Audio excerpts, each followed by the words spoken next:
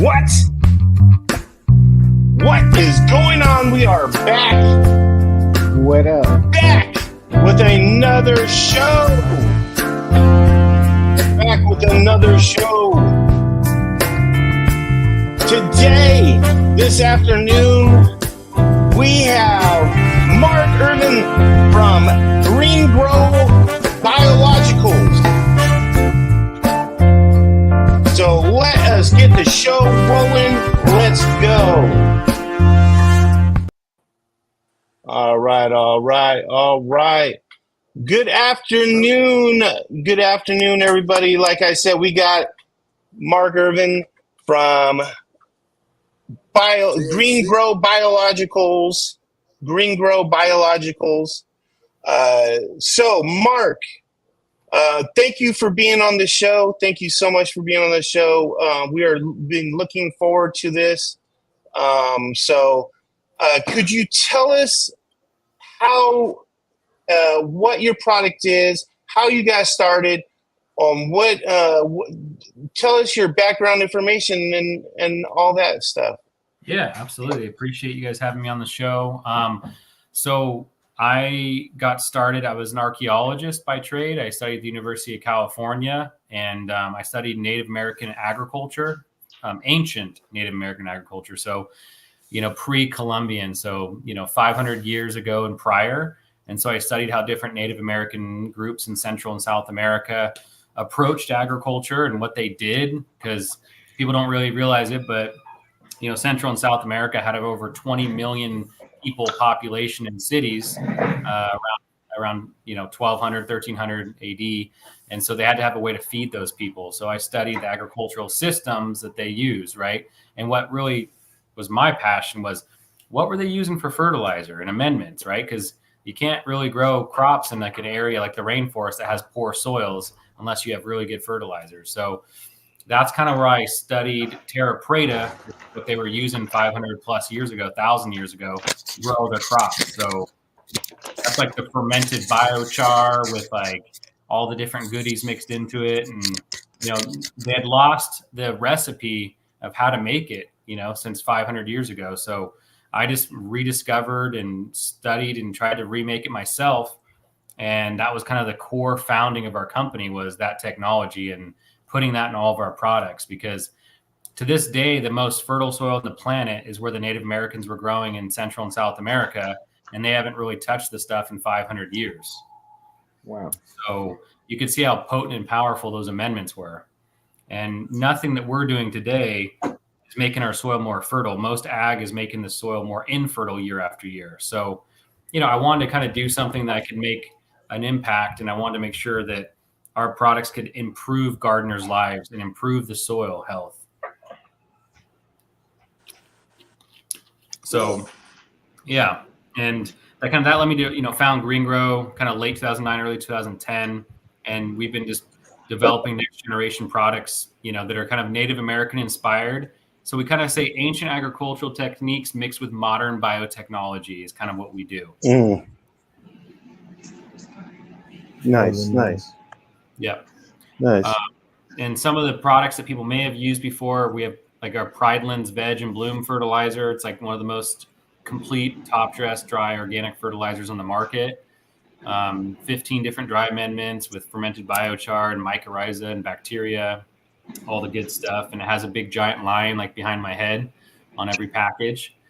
And then kind of very recognizable. Very recognizable. I've seen it over at my local grow store over at Greenfire. Yeah. I've seen it before, and I recognized it before. And so good job on the labeling. Really good job. I mean, dude. Yeah. We kind of figured, we wanted to do King of the Jungle kind of theme. Take pride in your gardening kind of stuff. So that's kind of the angle going there. But more of my spirit animal in general too. So nice. But yeah, I mean, we have obviously a diversity of products, from dry solubles that are like a mix between organics and synthetics, which no one else has. And then we have obviously all the organic stuff and the fermented biochar. But kind of our famous product is our green aminos. And Yeah. there's nothing. I use that every time. I use it a lot. I use it every time. The green aminos is great. Yeah, we have people using it in like giant cloning facilities. We have people using it in large scale agriculture. We have people using it in 20-acre cannabis grows outside. And really what it does is it provides a protein shake for plants. And that's how I built it. I had a lot of bodybuilder friends growing up, and wow, I kind of watched what they were doing, what they were feeding themselves to kind of get to the next level. And my theory on plant life is that if it's good enough for humans, it's good enough for plants. So I wanted to definitely give a protein shake to plants to see what would happen, because no one was doing that. So, that product has like whey protein, soy protein, seaweed protein, humic fulvic, and a few other fun ingredients. And it just changes the plant dynamically, right? It's almost like the plants are on steroids and in a natural and organic way. And there's so many uses for it. It's so versatile. You could use it in cloning, you can use it in transplant, you can use it as a foliar, you can use it as a tea, you can use it as a root drench. And generally people report that when they don't use it, their plants don't look as deep, dark, shiny green. Right. Yeah, oh my God, my plants, I mean, as soon as I start using that green amino and that biocharge, they're just green as they can be. I mean, happy. I mean, I do a compost tea between the biocharge and the aminos together, and I do it every 7 days. So, I mean, I see great results with it. Yep. And that's kind of like the GreenGro effect, we call it. Like a lot of people are used to their cannabis plants kind of yellowing out as they get towards week 6 and 7. Our plants typically are deep dark green until week 8, 9, and then people strip on it. But that's because it's healthy, Right. It's not because they're getting over nitrified, because there's almost no nitrogen in the green aminos whatsoever. It's just that the plants now have they have 88 out of the 102 known trace minerals that plants and humans can take up, right, are in that product. I mean, if you give yourself 102 trace minerals every single day, magical things would happen to your body. Absolutely. I like your three product tea that you recommend too a lot. The green aminos, the bricks, and I forgot what the other third one was. I mean, it depends on what people are doing. If it's a microbial, they'd be using our mycorrhizal powder product, or if it's like a tea for like being a fed tea, sometimes they'll add like the veg or the bloom. But a lot of people just do the green aminos, the bricks, and the earthshine fermented biochar. That's a dynamic tea. That's the best biochar I've seen in the industry, and I've tried them all, and that's always the best. And that's all we use on our farm is GreenGro since I met you the first time in the early days. And that's all we still use is pretty much that. Well, and BioAg. No, and BioAg is an incredible company. We work and travel with them. We're doing events with them all the time, so we can't say enough good things about them and their quality standards too, right? It's hard to find people in the industry that are making products at the quality standards that we need them to be at. For me, because I'm kind of I wouldn't say I'm bougie, but I'm kind of just like, I have a higher level of expectation. Right. Well, that's because of your background that need to be in the met on industry. things. So I agree. Yep. Yeah, I can concur. I love your biochar, man. It's a great stuff. Yeah, I mean, the thing is with biochar is, a lot of people kind of jumped in the market. I was the first biochar product registered, at least in the West Coast, if not the United States. And they didn't even know how to register it at the time, 2009. And now everyone's kind of coming out with one. And I think they're not understanding the essence and the history and lore behind it. And if it's just biochar, it's burnt wood in a bag. And I always tell people that. I mean, there's some benefit to it, but I say it's like making a cake, right? A cake tastes good, but if you just ate a spoonful of flour, that's not good, And so like the Native Americans did, you gotta ferment, charge the biochar to make it do what it needs to do, or else you're just going to be throwing burnt wood in your soil, and it sucks nitrogen and it raises the pH. So obviously what we do is completely different, and we do it the way that it was done, 1,000 to 1,500 years ago, because it worked. And people in ancient times knew a lot more than we did in general for how to produce healthy crops.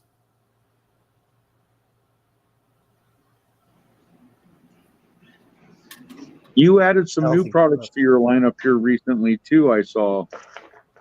Yeah, I mean, our hybrid veg and bloom is kind of like my way of trying to get people to not go fully synthetic, because in the last 2.5, 3 years, people have dropped organics in general and they've gone straight to salts, and we're telling them, like, look, you can do a little bit of salts, but you need the organics to really get the terpenes and the flavor. So what we did is we created the first of its kind pH neutral salt-based fertilizer that has 35% organics in it. So it's a hybrid. And so people can, run them in their mixed tanks. They can run them in injectors as long as they're bigger than 0.3. I mean, probably 0.6s or something, but and they can get the best of both worlds. And as much as I don't necessarily like selling salts, I think if you can do a bridge product where you're getting the terpenes and the organic microbial growth, then I'm okay with it, And so it's kind of like a product that's going to compete with some of the top known, salts in the market, but it's only a 2-part. You have a veg and you have a bloom. Wow. So, if they need a CalMag, I always say, the Calmino from Josh's company, it's great. I don't really want to come out with a million products. So like we have our veg and our bloom. And if somebody wants a CalMag, literally, if you just mix the green aminos and bricks together, that's a CalMag, because the bricks has magnesium in it and the green aminos has calcium. Right. I was thinking of tiptoeing into your hybrid for my indoor, but I'm so used to using your regular feeding regimen and stuff. I'm like, I guess I'd have to learn a little difference with using that. Yeah, it's definitely different. And you could, with salts, you have the risk of burning. With our products, the organic side, I don't even measure. I just chuck, I just. Absolutely. Nice. With the regular stuff, I'm the same way. I'm just like, and more is not going to hurt it. You're just using more. That's all.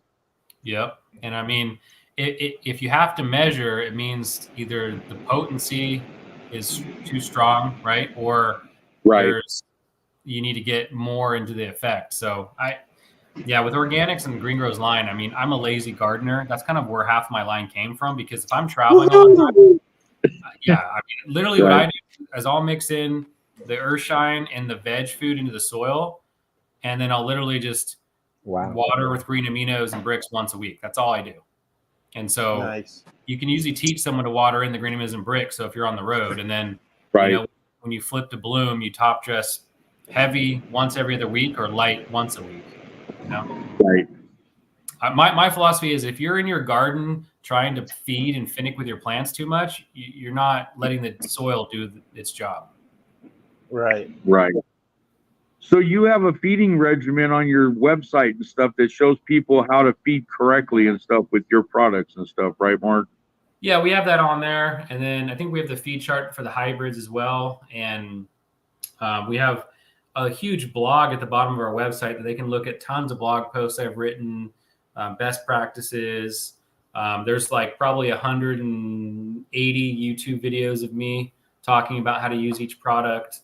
We do a podcast where we just talk about the industry and life and products and shit like that. So, yeah, but I mean, in general, what I'm trying to do is teach people that less is more, and people overthink their gardens a lot, and the plant needs to work with soil, Absolutely. So I am a new gardener. I'm just being introduced to all these products. I made it a goal this year to venture out and try new stuff. I have been sponsored by Royal Gold Soil and Royal Gold Amendments, the crown jewels. So that's what I've been using. I have also been just starting to use BioAg products, the Full Power. And I use their, what is that one I use? The Humix. The Humix. Yeah, the Humix. So what products at this point in time, right now, what products could I start using of yours that would be a good product to use right now in an outdoor grow here in Northern California? I'm from Sacramento, California. So I'm just down the road from you. Yeah. So you're going to be at the Connect event? What's up? You going to be at the Connect event tomorrow in Sacramento? Oh, should I? I will for surely be going if you let me know where it's at. I will be there. Yeah, it's at Indoor Sun Hydro in Sacramento. It starts around 5. It's from 5 to 8. There's 150 commercial growers, and we'll be there with our friends. And it's a tight-knit community, and so we'd be more than happy to have you there. Oh yeah, man. Most definitely. Yeah, this put the address in the private chat, and I will be there for sure. Yes. Yeah, okay. Yeah. I'm the only obligation that I have this week is going to the state fair on Saturday to cover the cannabis awards for Jodrey, and everybody's gonna be there. I'm supposed to hang out and have lunch with Jodrey, so yeah. So that's my only plans for this week is that. Okay. Are you going to be going to the state fair? No, I'm just doing the Connect event on Thursday evening, and then heading off into the universe. So so yeah. I mean, getting back to your original question, the products that you could start using right now that would change your life would obviously be the green aminos and bricks. Mix that with Josh's full power and add that once a week, and then as you get it closer to bloom, our Prideland's bloom food, and then our flower finisher. So our flower finisher is a dry flower hardener and resin producer. Oh, nice. So with the finished flower and the bloom, you can mix them both together in that final phase of stuff, correct? You can, of course. The flower finisher is more potent and you use less of it. But when people say the difference between using GreenGro and then using the flower finisher, everyone's socks are knocked off. And I've never heard anyone say that they weren't glad they bought it. They were always like, why didn't you tell me about this sooner or something? So the flower finisher, you're going to use the last 4 weeks of flower as a top dress or a tea. But I recommend doing a little bit of both, a top dress 1 week and a tea the next week to kind of get the full effect on it. Yeah. Gotcha. Your finished flower is the one that I spend the most money on. I'm like, and it goes a long way, so I have it forever. Mm-hmm. Yeah, I like his prime line, the bloom. I use the bloom. Mm-hmm. I buy the 5-gallon things of it, man. I'm like, I need a little bit. Yeah, they're award winning. I mean, we had the highest terpene score in the state of California last year. So I think we were at 5.1% terpenes registered in the metric system. Wow. Love it. And we hit I'm all about the terpenes. Yeah, we hit it like multiple strains, multiple different grow sites. So, I mean, we can hit easy 5.0 all day long if people follow our system. I love it. I love it. Yeah, all my stuff got the terpene profile, crazy terpene profile. It's crazy. Yep. Yeah. And that's what we're looking for. That's kind of what we do. So we're terpene farmers at GreenGro. We're not trying to sell the cheapest product to get the most bang for their buck on farms. We're there to sell terpene or to harvest terpenes. So when people want to grow things that are connoisseur grade and that their friends and family want to steal from them, right? That's kind of what happens with us. If there's people out there that want to grow weed as cheap as possible, I just turn them away as a customer. They're not the fit for us. No, I like to do it as lazy as possible. Yep. So, I don't have time. Because I got two teenagers. One's in junior high, one's in high school. I got other stuff that I got to do. I can't spend my whole life concentrating on the plants. I have a wife. I can't. I got to go exercise. You know what I mean? There's a lot of things that you do. So and that's why this line's perfect. No, that's why this line's perfect, because I'm the same way. I have 3 kids and I'm traveling and stuff. And if you can't, I always tell people, if you can't do a top dress once a week, a tea once a week, you shouldn't be gardening, right? That's the simplest way to garden ever. Exactly. One top dress, one tea, and then walk away. Yep. Exactly. No, and I like to keep it simple. I like to keep it simple as possible. And I'm lazy at it. So yeah, but I'm constantly going out there though. I constantly go out there and check my plants. Constantly look at my plants all the time. Yeah. Yeah. It's just that I don't want to be spending time mixing things, doing things, and I would love to that's just the best throw it about on there. GreenGro is that it's a top dress. Grab a handful of it, Yeah. toss it on the soil, and mix it in, and then throw my water in it, and that's fine. Even if I could put it in my 7-liter watering can, I'm fine with that too. Yeah. As long as it's easy as that, then I'm good to go. I like it easy. Yeah. No, definitely. And I think we need to streamline our lives. We don't need to make this plant our master, right? Well, not only do you have GreenGro for cannabis growing, but you have GreenGro for vegetables and flowers and stuff as well, right? Yep. Yeah, we have a whole line of products for tomato, herb, and veggie, trees, rose and flowers. So, we have all that stuff, and it's definitely nice, high quality. So, we've seen what's on the market at the local stores for garden centers. I'm like, these formulas haven't changed in 35, 40 years, and there's new science out every few years, and like no one's following that, So we just came out with those products a year and a half ago. And we're like, look, the next generation of gardeners for gardening fruits and vegetables needs to be working with GreenGro, because the people that really resonate with that are the younger crowd, sometimes they just got out of college, they're thirsty for knowledge, they're starting a new family, they want healthy products for their family. And when they flip over the package on these old legacy products, they're like, what are these ingredients, And we want them to be so safe that they're safe for pets, children, and their families. And all of our products are pet and child safe. Oh yeah. So I have around 30 pepper plants. That's the other thing I grow. And I got a tomato plant. My tomato plants usually die for some reason. I could grow everything else, but tomatoes, for some reason, they seem to die on me. But I got one that's still alive. You need more calcium. But apply more calcium, exactly. That's what I'm thinking. Because I don't like to overfeed my plants and stuff. So I personally love peppers. So what product would you suggest right now in this point in time to throw on my peppers? The tomato, herb, and veggie that we have is great for that, but our Pridelands veg is like the Cadillac product that we have. And so we grew up in Grants Pass, Oregon at Redwood Nursery. We gave them Pridelands veg. Ed's house. Yep. They grew a 25-foot diameter tomato plant with our Pridelands veg. And it had hundreds of pounds of tomatoes. So yeah, if you want next level, the Pridelands veg. If you definitely want something for your garden that's really manageable, the tomato, herb, and veggie. What else did you do? You did zucchini or something that outgrew the greenhouse there too, I remember. Yeah. It kept growing out the greenhouse and over the fence. Yep.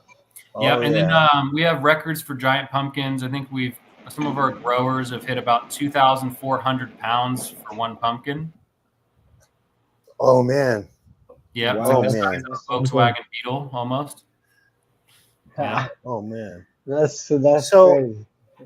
Yeah, so let's learn a little bit about yourself and your tastes and what you like to do. You say you grow. What was the last cross that you have grown? Probably in cannabis. The favorite thing that I grew that I don't have anymore, because my dad's friend who was growing it at his property that I was using it at, was pink cream soda. Ooh.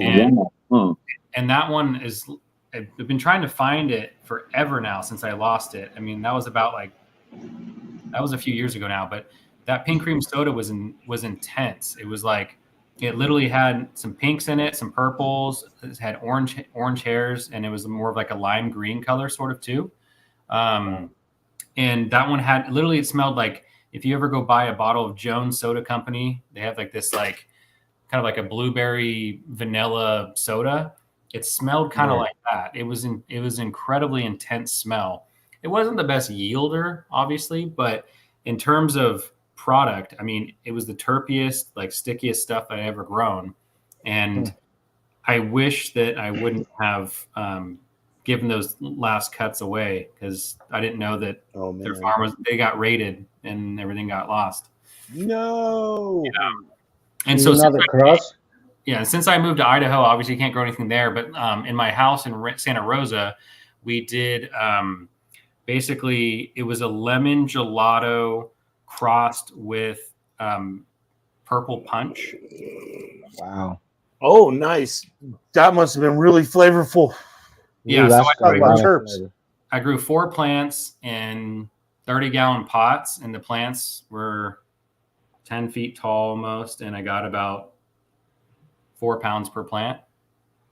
Holy Toledo! That was success. Jeez. Yeah, Woo! the problem with me and growing is like I am gonna get in trouble because like you have a certain limit in Sonoma County for like what you can have and stuff, and just growing 4 plants, I'm like over the limit. You know what I mean? Because of what it produces. So I got to be careful. Mark's I grew 4 and I got 60 pounds. I'm sorry. Yeah. You know what the worst part about that is that you have to trim that 60 pounds. Oh, trust me. Man. That's why about a year ago, I just decided that I was only going to do 1 plant this year because I was like, I don't want it. It's not even worth it. Like my time's not worth trimming all of it anymore. Yeah. Yeah, that's a lot. That was a lot. I usually do the farmer trim. So that's where the farmer's cut is where I'm at and everything. I'm good. Thank you. So I feel like you don't peel your bananas before you eat them. So why not trim your bud right before you smoke it? Make it a ritual. Yeah. So that's what I usually do. Spread it out, and that way I don't have to. I teach people. I show people how to trim by not trimming the weed when I give it to them. I don't sell my weed. I give it away. Jimmy John. To all my friends and family and everything. So I'll have them trim it up. And like, you want it, you can smoke it, you can trim it. So put in the work too. That's the way I look at it. So did I hear that your father used to grow too? So you learned you're growing from your father? I learned from my grandfather actually. Oh, your grandfather.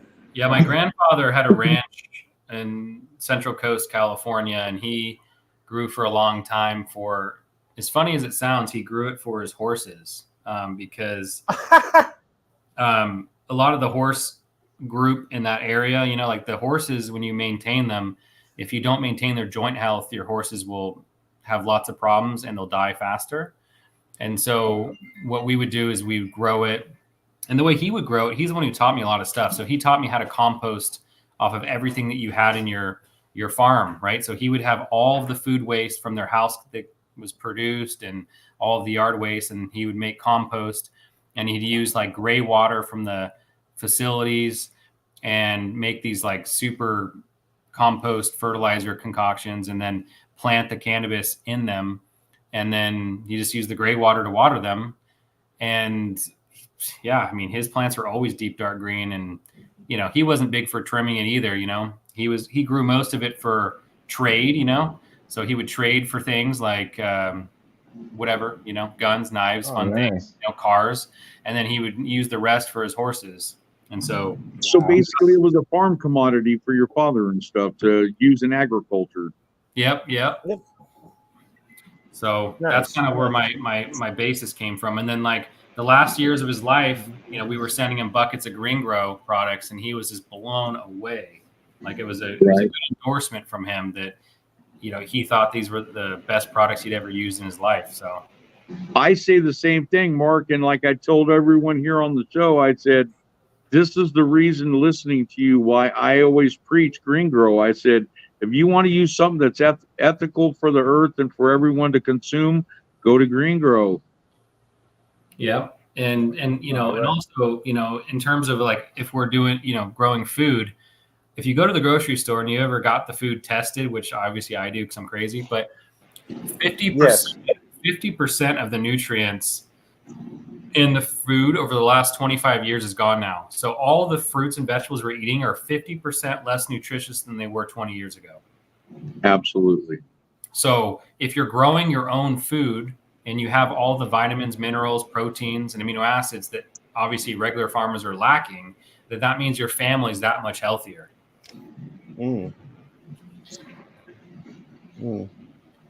Absolutely, yeah. I was gonna say I use it for everything on my farm. I mean, I don't think there's one thing that GreenGro don't touch here on this farm.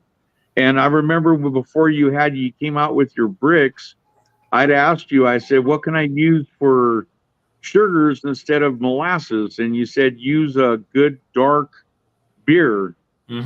Yeah. And we did that for a while, and that worked really well. Then you came out with your bricks, and I said, well, bricks it is. Yeah, I mean, I still, when I'm brewing compost teas, I'll add the bricks and green aminos, and I'll still get like Guinness. And you know, if I'm making like 10 gallons of tea, I'll throw a bottle of Guinness in there. It works, and people don't realize that. And I go, I've tested it, and it does work. Mark told us, and it does. Can you talk a little bit about your flower shower? Yeah. I just saw that on your website. That is new one. I haven't seen that before. Yeah, so the flower shower is a product that we developed because, again, I didn't like the fact that a lot of people were growing cannabis and then they were selling it to people after, you know, there was mold or mildew on it, or there was a fire and ash rained down on it, or they were spraying it with oil-based insecticides and things like that. And so, you know, I've been talking to some of the OGs in the industry for, you know, reading the books and stuff like Jorge Cervantes and a bunch of other people. And they were always washing their cannabis right when they chopped the plant down. The moment they chopped it down, they'd wash it and then let it dry because that would prevent mold and mildew. Right. Oh, wow. So we've developed this organic cannabis wash where you throw the powder into the water, it foams up real quick, you dip your plants in, then you dip it in fresh water and you fan blow dry it and hang it. Yeah. So that stops any mold or mildew from forming. It removes any mold or mildew that's on the plant. It gets rid of ash, insects, you know, insecticides, dust, debris. People don't realize when you're growing outdoor in greenhouses, there's massive amounts of pollen in the atmosphere too. Yeah. And so people that are sensitive and have like asthma and have, you know, they have allergies, you're literally smoking the pollen into your lungs. And if you have allergies, that's a no-no. And so when you actually wash cannabis for the first time in your life and you look at the water, your mind is blown. You're like, oh my God, I was putting all this into my body. And so we've definitively proven through hundreds of tests that it actually improves your test scores.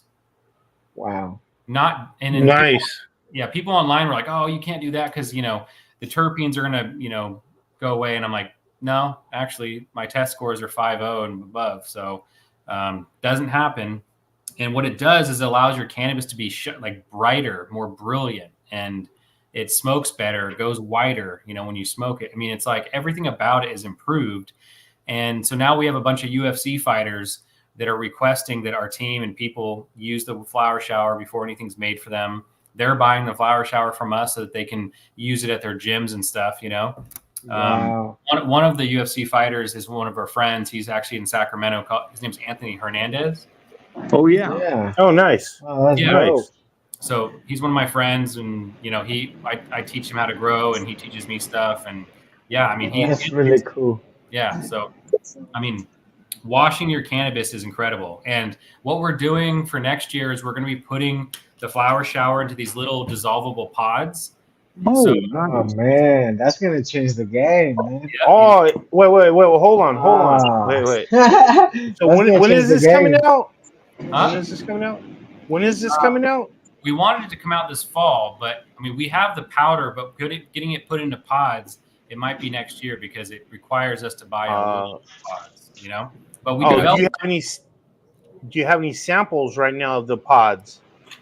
We're going to be getting some samples probably in the next 6 weeks or less. Oh, man, and they're amazing. Hell yeah, dude! Throw them in water and they dissolve. Yeah, sounds perfect. Oh, that's great. I like that idea because it it makes it pre-served. Yeah, I love that. We had a person in the comments asking about, do you like aerated compost teas or non-aerated?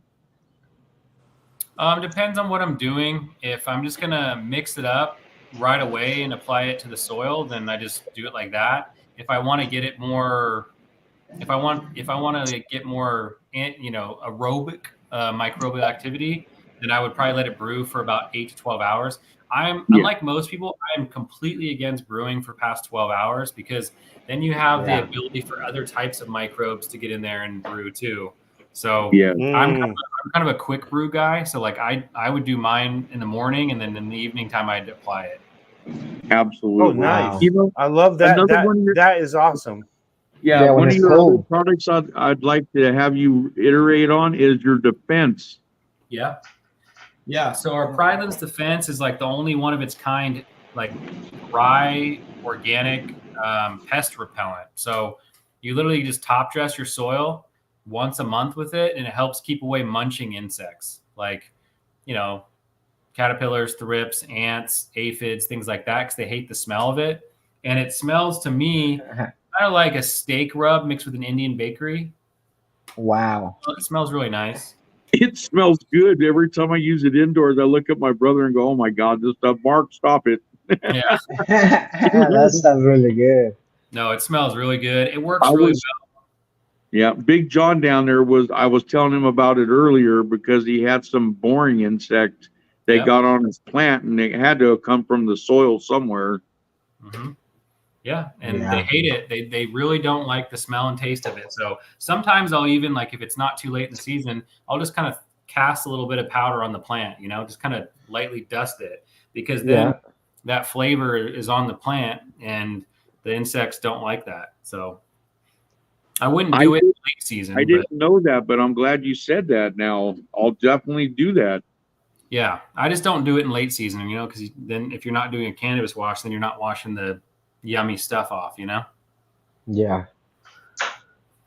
But yeah, the Prylan's Defense is a really cool product. I have people also that'll mix it into their soil. If they're getting soil from like a source that's maybe a little suspect, I'll just have them mix like half a cup per cubic foot of soil, and then any of the insects that might have been hiding in there will like leave. Wow. Oh, that's something. That's really nice. Yeah. Yeah. I mean, and that's pretty much like, that. And then the flower finisher, like I said, when people use the flower finisher, the last 4 weeks of flower, that's where you're going to see something incredible happen. The density gets dramatically better. And then the resin content is incredible. Wow. Yeah. So I want to get a little bit more specific in this bud washing, because this is very controversial. It is very controversial. In the aspect that people that say to do it compared to people that don't say to do it. Now, I'm willing to give it a try. Yeah. I just need to know a little bit more information on the whole, like when I throw let's say I throw one of the things in the and fizzles up, and I go to do the wash, and I'm washing it. How much can I wash per bucket? And then at what point do I change the water? Change the water in the water bucket. Yeah. Should I have multiple buckets of water to go? Like, should I have like 3 buckets of water to rinse it off with, and then and then change it? I'll lay it out because it's definitely variable. So it all depends on the size of your plant and how dirty your plants are. So like, if you were in an indoor situation, you could wash 10, 15, 20 plants with the same bucket of water, no problem, right? Because it's not that dirty. When you're washing like an outdoor plant, think about it. Everything is landing on that plant throughout the whole entire season. Exactly. So trust me, I know. Yeah, we have people using like 55-gallon drums or trash cans or whatever you want to call it. And we'll have them usually wash until they think the water is so disgusting that they don't want to wash anymore. You know what I mean? Oh, okay. So it's really a user preference. But for me, once the water, I can't see through it at all anymore, that's when I'm changing it out. And, nice. and that's variable based upon the region that you live in and the smoke and the ash and the dust and whatever, right? But typically it's a very economical product though. So, if you were going to do a trash can full of water, it maybe be like half a cup of this powder, and that's going to get you through a lot of big plants. And then you always have another distilled water or fresh water bucket or bin next to it that you dunk it in right afterwards, right? And so you just go dunk in the solution, swirl it around, and then you dunk in the fresh water, and then you have a big fan at the end of your table, and then you just hold it up to the fan, it blows off most of the excess water, and you hang it. What people don't understand is people say, oh, why would I wash my cannabis? Because then it's going to mold. Your plant is already soaking fucking wet when you cut it. Okay, there's already water coursing through the whole thing, so you're not going to get it any wetter. You know what I mean? That'd be like saying I don't want to wash my body because I don't want I don't want to mold on the outside. I mean, you're going to dry that part off. The inside of your body is always going to be wet. You know, so the same thing with the plant. Once you cut it down, that's when the drying process starts. You know, so you're never going to have an issue. And for people that are thinking this is sketch, I mean, we've washed thousands and thousands of pounds with this material. Some of the biggest farms that people can ever imagine. I mean, I washed 5 acres in New York with it last summer. That's really nice. Yeah. I'm willing to give it a shot on here. Because I grow outdoors here in Sacramento, and I live pretty close to a freeway. Yeah. So these things go through my mind and everything. So yeah, I have been wanting to wash. I just have been afraid to, and I've been. You guys have to know this. Is it exhaust from cars? They have a combustible called furon. Furon, right? Furon is a horrible cancer-causing component that comes from combustion engines. Okay, that furon is what lands on the ground after you see like a big diesel truck or something like that. You see how their soot goes up in the air and lands. Mm-hmm. Furon is what's in there. And so that furon will be landing on your plant throughout the entire season. So anyone who's trying to use cannabis for cancer mitigation, you just gave them a carcinogen that was 100 times more powerful than most of the things out there. Absolutely. Well, you smoked my cannabis before, Guerrero, and I washed my plants with his wash, and you didn't taste anything there. This is somebody that I give my cannabis to. So, yeah. No, it's going to be clean this year, I tell you. Yeah. It's going to be clean this year. Yeah, I mean, it's funny because online we'll get these trolls that are just freaking out about us saying to wash cannabis. And I'm like, look, the people that are freaking out are people that are probably only grown like 10, 15, 20 plants at a time. Like if I have guys that are growing 10,000 plants at a time and they're doing it and they're hitting their scores and they're selling the product and everyone loves it. I mean, I really think it's almost been put to bed at this point. Right. Yeah, no, I'm down to try it. So what we also do with the product is we have you wash your fruits and vegetables with it too. So like when you go to the grocery store, you go get like broccoli and cauliflower and that stuff. And I'll have you guys or your wives throw some of the powder into like the wash basin, right? And you wash your cauliflower and things with it. You'll notice all the oil floating at the top after you do that. That's all shit you're putting in your body. Oh, wow. And all the bad bugs too. Yeah. And what that is that's remnants from an oil-based insect pesticide and fungicide. Yeah. And mildicide. Yeah, thank you for telling me that. Well, now I'm going to be paranoid and everything. For berries as well, and the berries, you'll be surprised when you wash berries. Bring some of that stuff. Was it tomorrow or is it next? When is it? When's that? It's tomorrow. I'll see if I have some here. We just got another 2,000 pounds made, so I need to see if it's landed yet. I don't need that much, but yeah. No, but you know what I mean. Like we're going into production next week, so let me see if I can get you some. If not, then we'll send it out next week. You know. Oh, where we can find it, Chris? Where we can find it? I can find it. It's sold out. It's sold out on Amazon. It's sold out everywhere right now. Yeah, we're gonna have more in stock at Indoor Sun Hydro.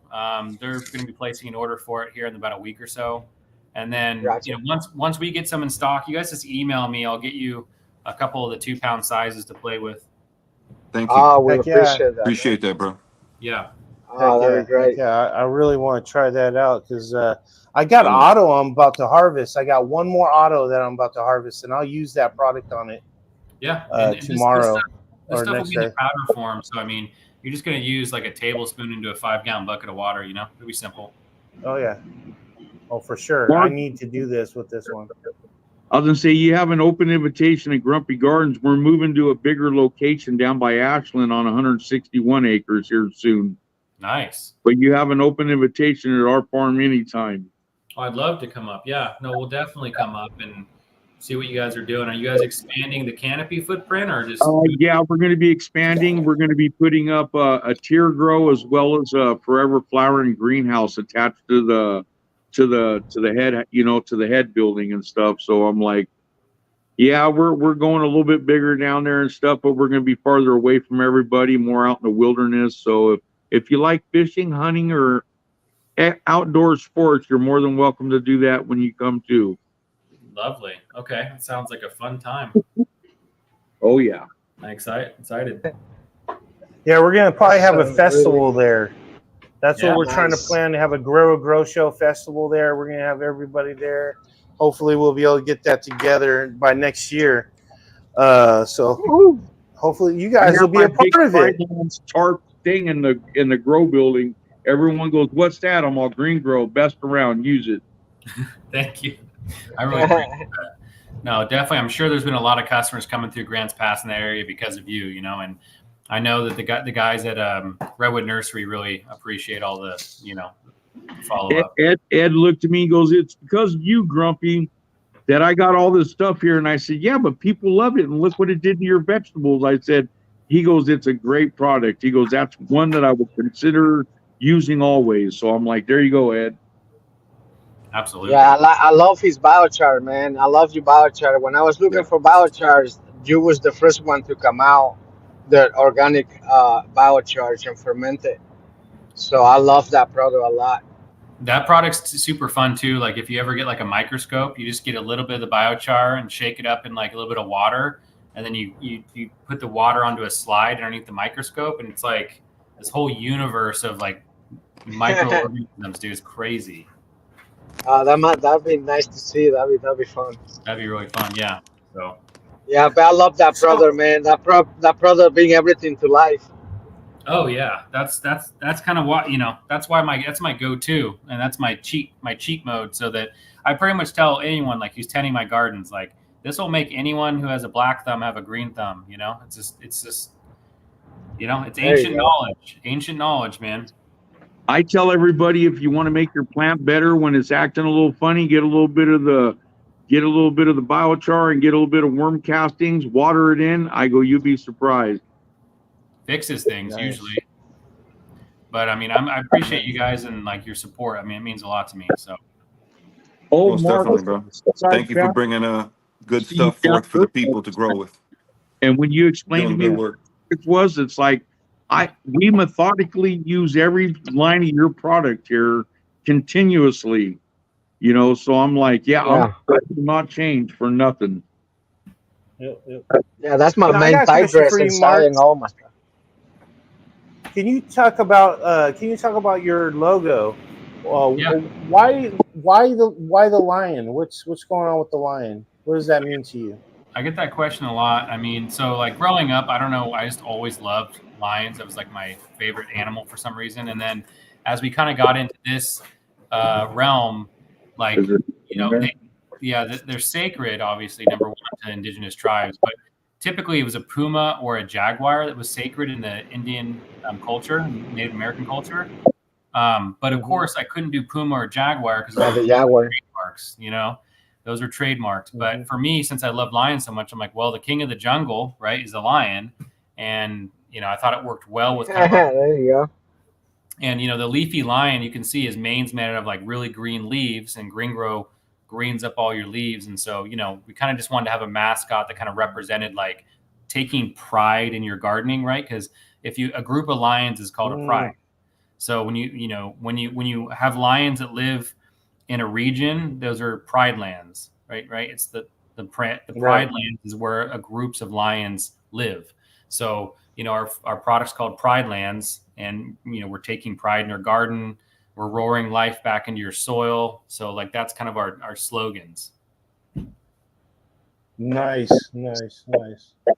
Mark, I appreciate your time today. I got to get going, but I appreciate to get to see you again and talk to you. You have a blessed day, and hopefully, maybe we could get a discount code or something, because I got to go and re-up on your GreenGro anyway. Yeah, we have discount codes. If you just email my office, admin@thegreengrow.com, they'll get it to you.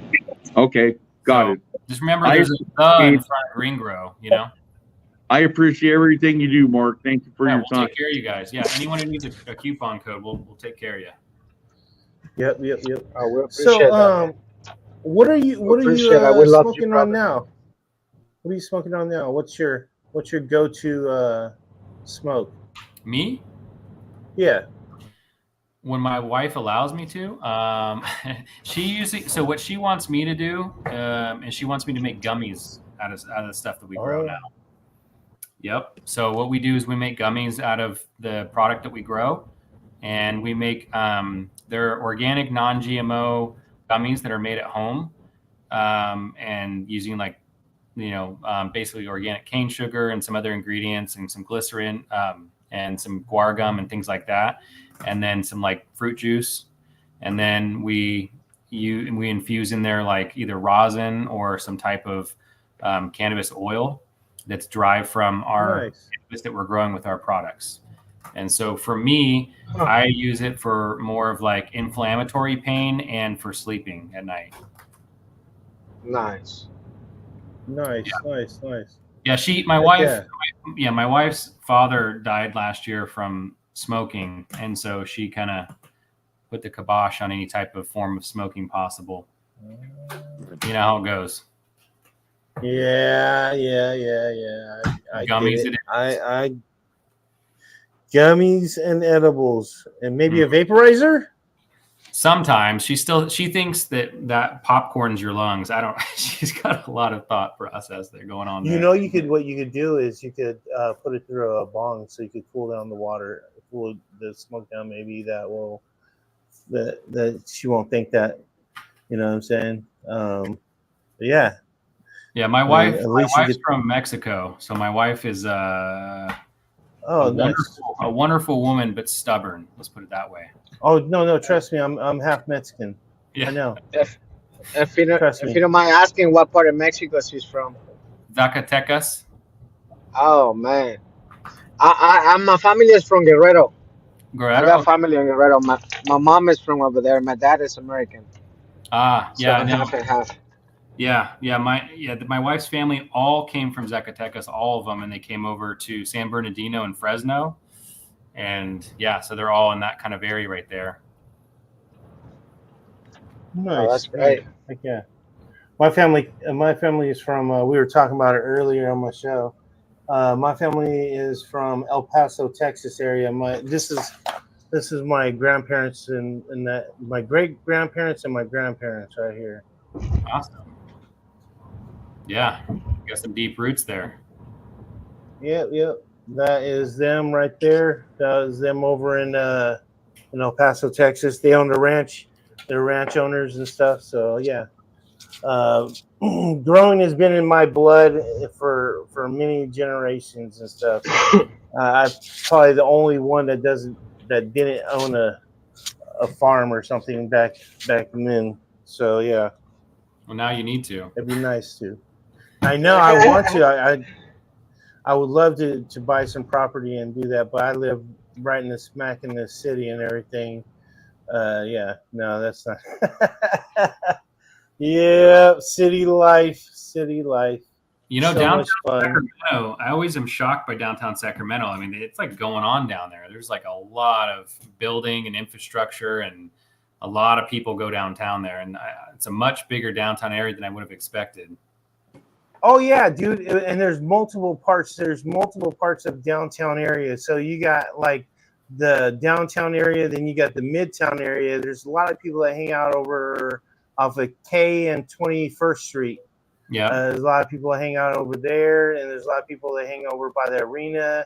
Yeah, there's a lot of stuff to do. When you come through, we'll hook up and I'll show you where the where the good carnita spot is. Ah, there you go.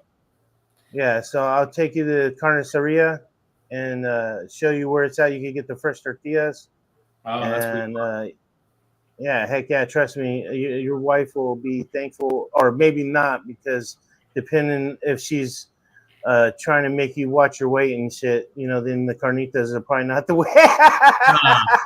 And the chicharrones and stuff. Well, you know how Hispanic women are. They want to fatten you up. I've never met one that wants to make skinnier. And then my mother-in-law is even worse. She'll just sit there every day and she'll cook breakfast in the morning, the whole damn thing, and then lunch, and then dinner. Oh, yeah. You're so lucky. I have to get out of there, You're so lucky. A day. Yes. Yeah. My wife will make me huevos rancheros every morning, usually. Oh, you're so lucky. She'll make the homemade. Oh, that's delicious, man. Yeah. That's my go-to. Chiles. Oh, man. Yeah, I'm lucky. Oh, dude, you're so lucky. I know. Oh, man. Thinking about it right now. Homemade tortillas and everything, man. I miss my grandma making homemade tortillas. Yeah, no, she has her and my daughter will make tortillas maybe once a month. They don't spoil me as much anymore, but it takes a lot of work. Oh yeah, oh yeah. It does. Man, right. Oh man. So when did you decide to start doing this? Like when were you like, I'm gonna start a business. I'm gonna start doing this. 2009. Like, yes. What was the precursor? What was the like, dude, I'm doing it. What? Because I was going for my master's in archaeology, and the archaeological people kind of pulled me aside and said, "Hey, you're not allowed to do the dissertation that you want to do because it's something called forbidden archaeology, right?" And so in academia, there's certain things that are taboo and you can't do. And so one of the things I wanted to study and research was the giants, because every single Native American culture on Earth has oral histories of giants that were like, 10, 11 feet tall.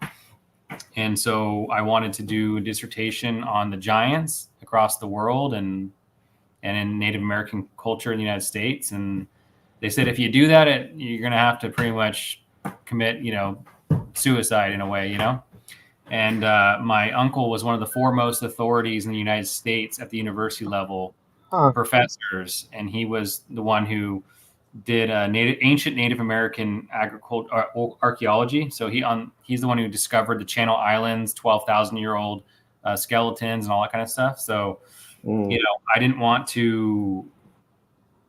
really want to create any rifts in his career and his family and all, and his, it's just, it would look bad if his nephew was out there, and I don't know. It made me want to get out of archaeology, but still take the things that I learned and make a business out of it. So, dude, talk about the giants, man, dude. Seriously, I want to know about these giants. I mean, I'll tell you a brief. That's cool. A brief history is like, all throughout the world, there's been giants, right? And not only is it in like Sumerian culture, it's in Palestinian culture, it's in Israeli culture, it's in European culture, it's in United States culture. But I mean, just as far away as Reno or Nevada, right? There's something called the Lovelock Caves. If you look up the Lovelock giants, it might come up on Google, maybe. But basically, the Paiute Indians there had an oral tradition that about, I don't know, maybe it was like 250, 300 years ago, maybe 500 years ago, something like that. They pretty much had to fight back a bunch of red-headed giants with 6 fingers and 6 toes. And they were about 10 feet tall because they were capturing their children and eating them, like because they were basically cannibals in a way. Okay. And so the Paiute Indians have the oral tradition, which they wrote down with the archaeologists, I think in the 1890s and even again in 1920s. They told them the oral history of what they pushed them back and fought them back to Lovelock Cave, and they boarded up Lovelock Cave with pine trees and lit it on fire and killed them. And so when archaeologists went into Lovelock Cave, and there's actually like, microfilm of this from like the 1930s and 40s, the newspapers wrote about finding the giant bones. So there's newspaper articles from all over the United States from like the 1880s until the 1920s where they publish information about the giants being found. And, Lovelock Cave is just close enough to us, right? It's in Nevada. And there was probably 20 to 30 different skeletons, and a lot of them are about 8 to 10 feet tall with 6 fingers and 6 toes on each hand. I mean, I'm not, how is that taboo?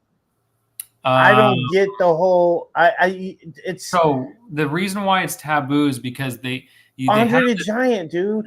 They have these stories, right, of like how evolution happened and how it's a linear curve, and modern Homo sapiens have been around for at least 120,000 years, if not 250,000 years. And so if there was like a co-evolved divergent humanoid, then that would totally throw their archaeological and anthropological story into question, and they don't want to be questioned really at all. So, I mean, there's a lot of evidence for this. I mean, people, obviously the Sumerians wrote about it a lot. When the people read the original Hebrew Torah, like the Hebrew Bible, it talks about it. It talks about it in like 8 different books, but Genesis, Exodus, like in a lot of books, it mentions the giants. And even the Israelites talked about it in the Torah when they got into their promised land about 2,600 years ago. They had to fight back giants to get the land, and it describes them, and it describes one of the David and Goliath. Goliath was 8.5 feet tall, and then the king. That's not tall. That's not that tall. Yeah, I mean, and the king was 9.5 feet tall. And it describes his bed having to have like metal girders on it to like keep his weight on it. And the king was named King Og. And King Og, I mean, they found archaeological evidence to prove that he was a Philistine king back then. And King Og, was like 9.5 feet tall. And, that was obviously recorded in history. So there's also, it's all over. I mean, you go to Native American cultures in Central and South America, everyone has giant tails. So those don't seem like that big, because we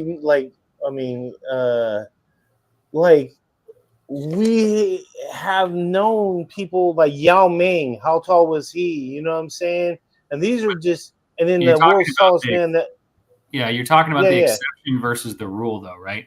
The exception is maybe 1 in 10 million people are above 7.5 feet tall, 8 feet tall. There's only a few people in history that have ever been that tall, and those people had glandular issues that caused them to be that tall. It's not genetic necessarily, but this was whole tribes of people. The whole entire groupings of people were 8 to 10 feet tall, and there's no one on Earth that's 10 feet tall at all whatsoever. And then I feel like fingers and 6 toes thing, that's a unique trait too. Genetic mutation, possibly to keep them stabler, because they're so big. I definitely think that's probably a part of it for sure. I mean, I don't think there was anything weird about it. I just think that the fact that they existed and people we would kill them for sure. We would kill them. We would kill them.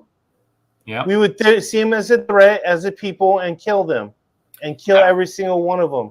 Yeah, I mean, I studied the Neanderthals as well as part of my studying, and I mean, Neanderthals were around a lot closer than people think. Like, people think they died out 100,000, 150,000 years ago, but there's evidence that Neanderthals were around 20,000 years ago, and they interbred with humans, and that's why that a lot of humans that are of Nordic people tend to have 2% Neanderthal DNA.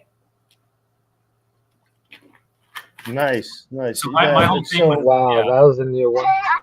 Yeah, so my whole thing with archaeology is that there was a whole story not being told, and it was really weird how they wouldn't, like, usually in science you want to discover and explore and take everything down every road to try to find the truth, but they really didn't want that to happen with some of these incidences. Another example would be they don't believe that like civilized society existed before about 5,500 years ago.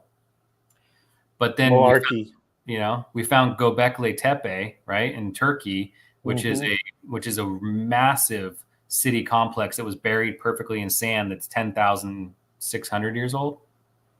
So the archaeologists are still not putting that in the forefront, saying, hey, the timeline needs to move for human history. So just all those little stupid things are kind of why I left archaeology. It just doesn't, I'm not going to fight against the current, to get funding for archaeology when they just don't want to know the truth. What do you think about polar shifts?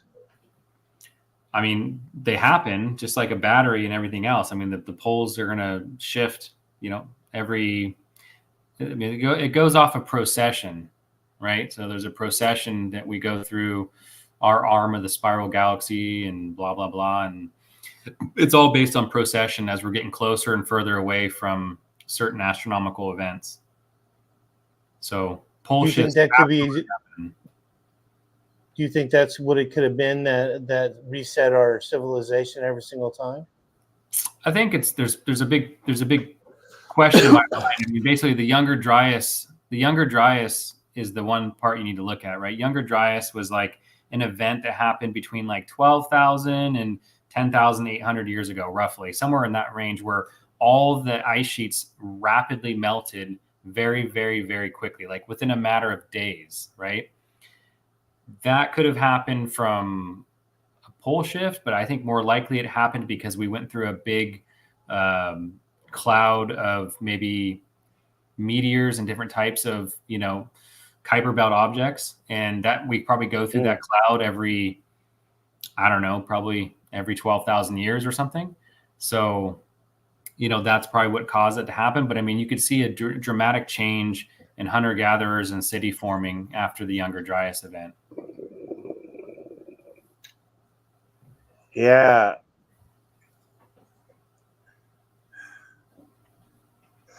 Do you ever watch any of the Neil deGrasse Tyson? Oh, is it Neil Tyson deGrasse? Yeah. I've watched a lot of his stuff. I mean, he's a literalist, so he'll take everything literal face value, and I think that there's some merit to that. Sometimes people get really far out on the ledge when they think that something exists. Like there's a lot of people that are pushing the flat Earth theory, and I think that drives Neil deGrasse Tyson insane because of the overwhelming amount of evidence that we have just with Tesla. Just Tesla alone, we have 22,000 satellites orbiting the Earth that give us instant internet. But that's what happens is you get some of the camps that are believing in flat Earth that are trying to also believe in giants and also trying to believe in other stuff, and so you'll get lumped into one category. But I mean, in general, I think that our Earth has a very storied past that has been lost to time because a lot of it wasn't written down, and a lot of it was oral history and traditions. And it goes true with the fertilizers and amendments, right? I mean, none of that was written down. I mean, none of those things of how to produce really high quality crops for people, like in the Amazon region, right? Yeah, people don't know it, but there was 20 million people there, and they planted a lot of that stuff, right? That made the Amazon so fruitful. And it's a big garden. Yeah, once those people died off when they got diseased from the basically from the Spanish conquistadors that came over. Within 50 years, all 20 million were dead. And so the forest reclaimed all of those cities. And so now we're just finding them using LiDAR and things like that. So, I mean, there's so much more technology that they had at that time that we didn't just get until like 50 years ago. I mean, their ability to map the stars, star charts, precession, equinoxes. I mean, all those things were so far advanced, and they had it for a couple thousand years. Yeah, exactly. And it's interesting how there's pyramids all over the world. Yep, because there was a common cultural ancestor that built pyramids before the Great Flood. And that pyramid building society, some of them survived the flood and went and taught other cultures the lasting information that they had. Man, oh man. And what so I was watching that Star Talk or whatever, and he had a she was a astrophysicist and a biologist, right? And they were talking about how that geologists think that if everything is the same with geology all throughout the universe, why wouldn't life be the same? Do you think that life is the same everywhere else, just like geology, and how geology is the same everywhere in the world, in the universe? Yeah, I mean, I think that there's a blueprint, right? I want to call it like a hypernet, but pretty much, basically in the fabric of space-time, there's like an informational network gateway that has information and energy. It's kind of similar to like the internet. And so things just kind of populate based upon that blueprint, right? So, the planets and stars are going to form in a similar way. They're not going to have all the same element concentrations, but they're going to have most of it. And so I would say any Earth-like planet that was around a G-type star that was the right, equal distance from Earth to the sun, like we are, is probably going to be pretty damn similar. And the one thing that you're going to notice, though, that's different is that we've had a lot of extinction level events in our history. And so on other planets, you would probably find species that maybe once existed here that have been extinct here for a long time. That's what I think. So, basically some estimates are that 90% of all the species that ever existed on Earth are now extinct, right? So because you have those different extinction level events happening randomly in different interplanetary systems, obviously you can't have exactly the same life forms, but they're going to be something that we recognize, right? Okay. I like that. But yeah, it makes common sense. Yeah. I mean, there's, I don't know, several billion stars in just our galaxy alone. And there's, they say up to about a quadrillion planets in our galaxy. And if only, 1/100% were capable of supporting life, then you'd still have, I don't know, 100 million life supporting planets just in our galaxy alone. So yeah, they've already found 5,000. What would she say? 5,280 or something like that.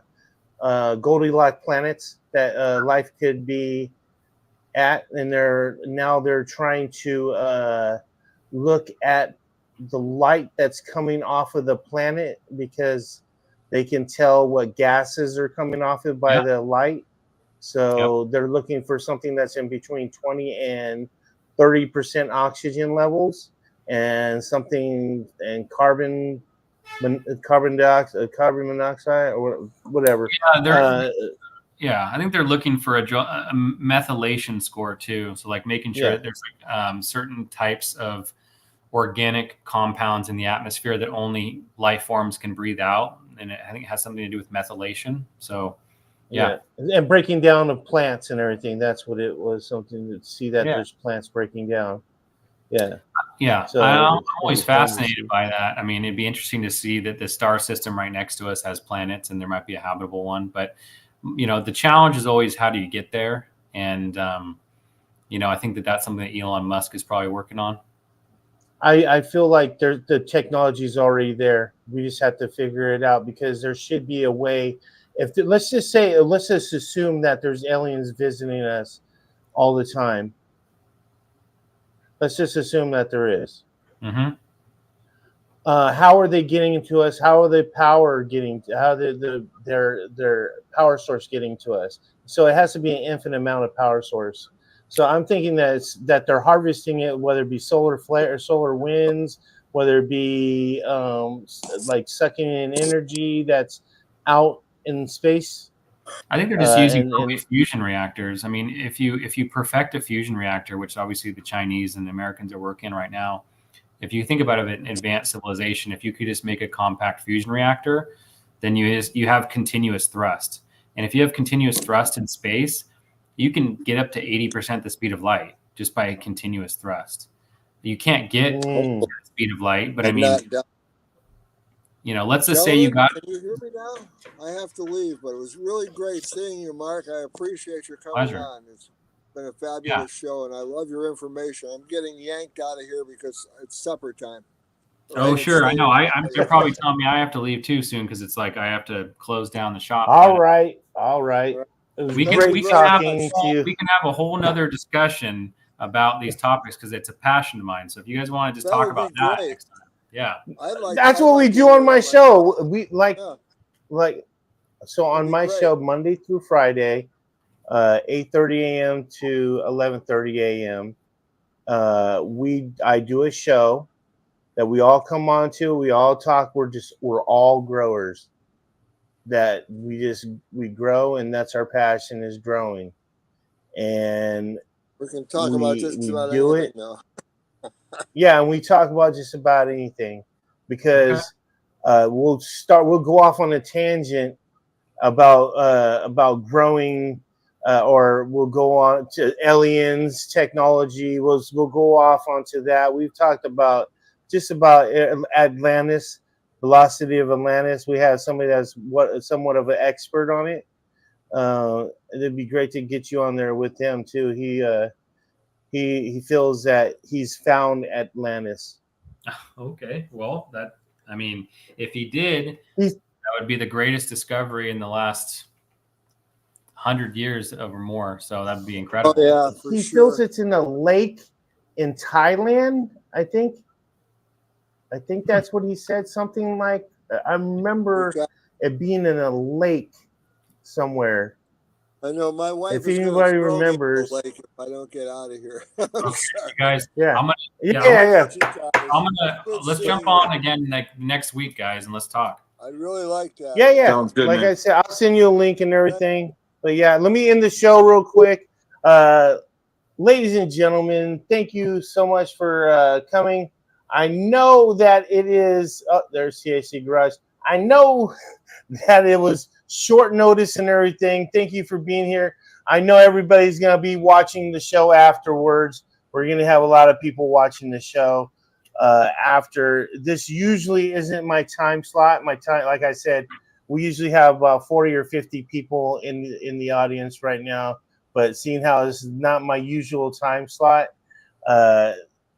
people will be watching it later. So we'll see you guys tomorrow. Same time, same place. All right, let me put this over here. There we go. And there we go.